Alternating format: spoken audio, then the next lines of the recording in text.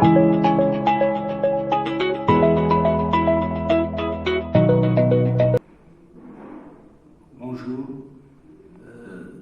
Durant cette semaine, la formation concerne les analyseurs online.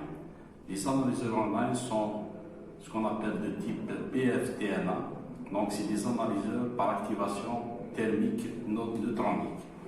Le public concerné par cette formation sont le personnel travaillant au niveau des carrières, ingénieurs et techniciens, au niveau du laboratoire, les ingénieurs de contrôle qualité et les techniciens de contrôle qualité.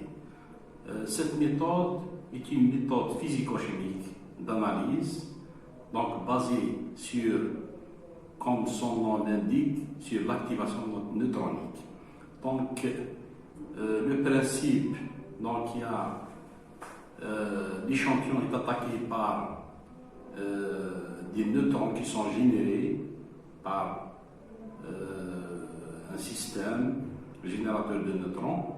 Les rayons analysés sont des rayons, ce qu'on appelle des rayons secondaires, donc qui est émis par la matière et il est caractéristique.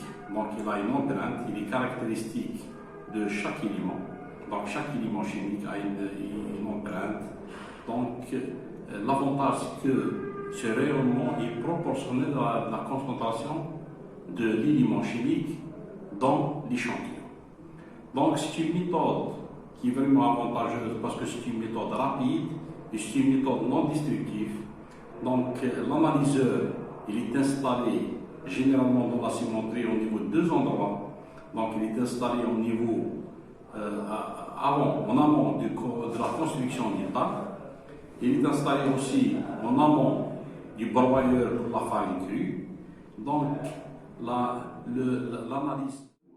Je disais que l'analyse par activation neutronique est une méthode non destructive et présente l'avantage que cette méthode nous permet d'avoir une multitude de points, c'est-à-dire il y a une banque de données concernant l'enregistrement par matière première, ce qui nous permet de faire des corrections en mouvement volume. Donc, relativement, on peut dire que cette méthode est une méthode indispensable pour la correction des matières premières. Donc, pour les usines qui veulent atteindre des performances, de très bonne performance, il faut installer ce système, comme je l'ai indiqué, dans les deux endroits, au moment du tas et avant le broyeur cru. Pour répondre à une question toujours qui est posée, pourquoi on fait le contrôle des matières premières? Parce qu'il y a une exigence de qualité du produit fini qui est le ciment.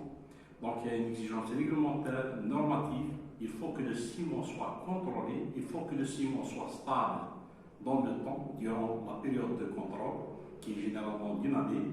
Il faut qu'il réponde aux caractéristiques déclarées par la cimenterie. Donc, et pour permettre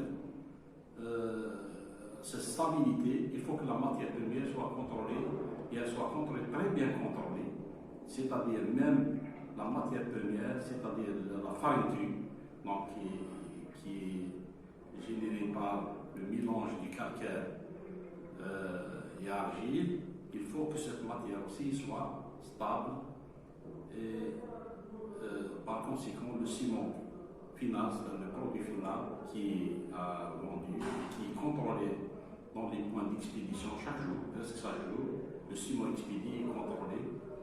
Donc on pourra comme ça avoir un ciment stable qui répond aux caractéristiques déclarées par la cimenterie.